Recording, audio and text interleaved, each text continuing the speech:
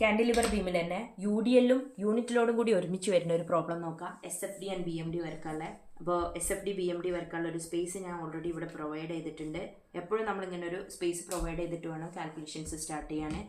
Teachers paper value ചെയ്യുമ്പോഴൊക്കെ നിങ്ങളുടെ ശ്രദ്ധിക്കുന്നത് ഈ ഒരു ഫിഗർ കറക്റ്റ് ആണോ, ഫിഗറിൽ ഫുൾ വാല്യൂസ് കറക്റ്റ് ആണോ എന്നാണ്. അതിന് ശേഷം നമ്മൾ കാൽക്കുലേഷൻസ് ഒക്കെ നോക്കുള്ളൂ.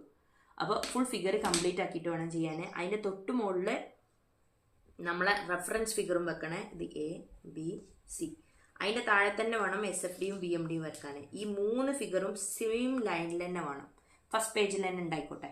അതിന് ശേഷം മതി കാൽക്കുലേഷൻ. ആദ്യം കാൽക്കുലേഷനും ലാസ്റ്റ് ഫിഗറൊന്നും വരക്കണം നിർബന്ധമൊന്നുമില്ല. അല്ലെങ്കിൽ കാൽക്കുലേഷൻസിൻ്റെ സൈഡിൽ ഇതേപോലെ ഒരു ഫിഗർ വരച്ച് വെക്കുക. ആദ്യം നമുക്ക് കണ്ടുപിടിക്കേണ്ടത് റിയാക്ഷൻ അറ്റ് A ആണ്.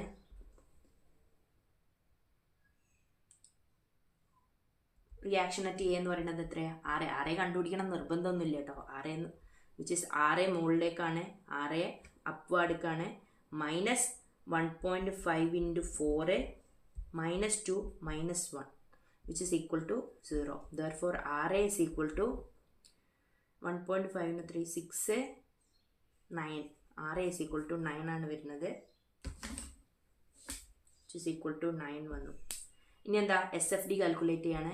SFD shear force at C. ഞാൻ എപ്പോഴും റൈറ്റ് സൈഡിൽ നിന്നാണ് ഷിയർ ഫോഴ്സ് എടുത്ത് തുടങ്ങുക. ഞാൻ ഇവിടെയും റൈറ്റ് സൈഡിൽ നിന്ന് തന്നെ എടുത്ത് തുടങ്ങുന്നത്. C എന്ന് പറഞ്ഞ പോയിന്റിലുള്ള ഷിയർ ഫോഴ്സ് എന്ന് പറയുന്നത്, C എന്ന് പറഞ്ഞ പോയിന്റിലുള്ള ലോഡ് എത്ര? -1 ആണ്. താഴേക്കൊരു -1 ഉണ്ട്. സോ ഫസ്റ്റ് ഇവിടെ ഞാൻ ഒരു -1 മാർക്ക് ചെയ്തു. ഇനി അടുത്തത് shear force at B. Shear force at ബിയിൽ ഏതൊക്കെ ലോഡുണ്ട്? ഒരു ബീൻ്റെ റൈറ്റ് സൈഡിലുള്ള ലോഡുകൾ ഏതൊക്കെ? -1 ഉണ്ട്. ആ പോയിന്റിൽ തന്നെ ഒരു -2 ഉണ്ട്. So -3. We can write it as A -3.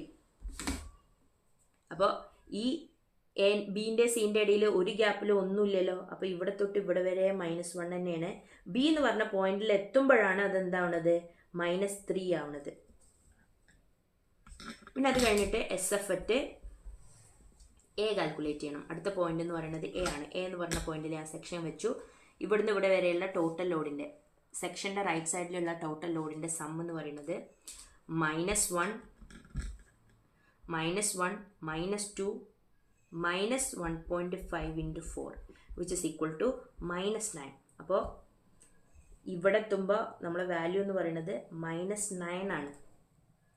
ഇവിടുന്ന് ഇങ്ങനെ സ്ട്രെയിറ്റ് ലൈൻ വന്നിട്ട് താഴേക്ക് -9 ആണോ വരിക? 19 അല്ല, -9 ആണോ വരിക? അല്ലല്ലേ. കാരണം എന്താ? അവിടെ UDL ആണ്. UDL ആവുന്ന കേസിൽ, UDLൻ്റെ കേസിൽ ഷിയർ ഫോഴ്സ് ഡയഗ്രം എന്ന് പറയുന്നത് ഇൻക്ലൈൻ ലൈൻ ആയിരിക്കും വരിക.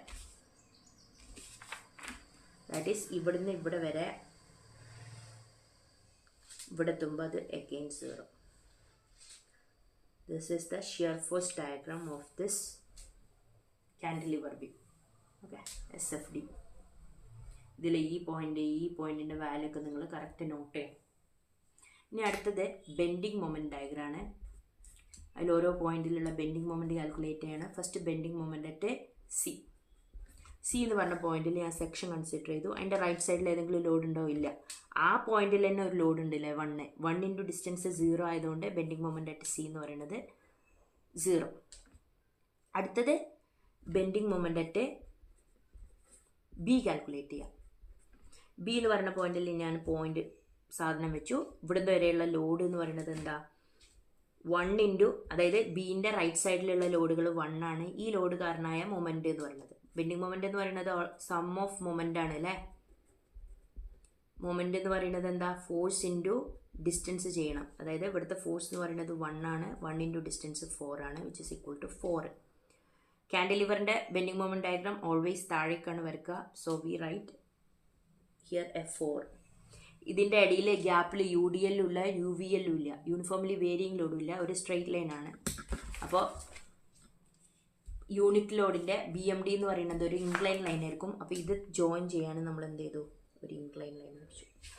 ഇനി അടുത്തത് ബെൻഡിങ് മൊമെൻ്റ് അറ്റ് A ആണ്. എയിലുള്ള ബെൻഡിങ് മൊമെൻറ്റ് കാൽക്കുലേറ്റ് ചെയ്യാണ്. അപ്പോൾ എയിൽ ഞാൻ സെക്ഷൻ വരച്ചു.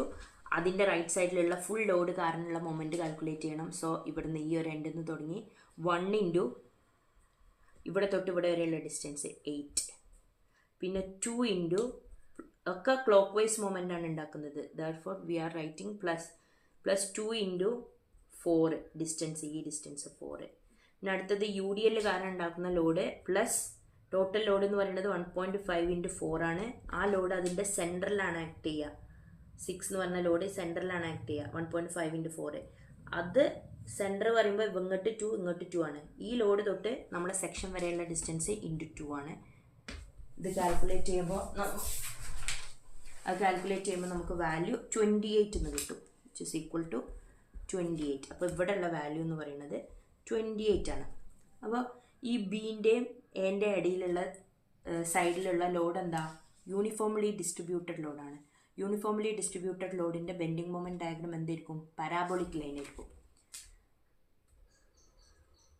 Parabolic line, parabolic, this is straight line, this is the bending moment diagram. Hope you all understand. നിങ്ങൾക്ക് ഈ ഒരു സാധനം വേണമെങ്കിൽ ഒന്ന് പഠിച്ചെടുക്കട്ടോ. അതായത് യൂണിറ്റ് ലോഡ് ആണെന്നുണ്ടെങ്കിൽ SFDയിൽ ഹൊറിസോണ്ടൽ ലൈനും ബെൻഡിങ് മൊമെൻറ്റിൽ ഇൻക്ലൈൻ ലൈനും, UVL ആകുമ്പോൾ ഇൻക്ലൈൻ ലൈനും പാരാബോളിക് ലൈനും, UVL ആകുമ്പോൾ പാരാബോളിക് ലൈനും ക്യൂബിക് പാരാബോളിക് ലൈനും ആയിരിക്കും. Hope you all understand. ഈ ഫിഗറുകളൊക്കെ കൺഫ്യൂഷൻ ആവാതെ തെറ്റാതിരിക്കണം എന്നുണ്ടെങ്കിൽ നിങ്ങളെല്ലതും ചെയ്ത് വരച്ച് പഠിക്കണം. Okay, thank you.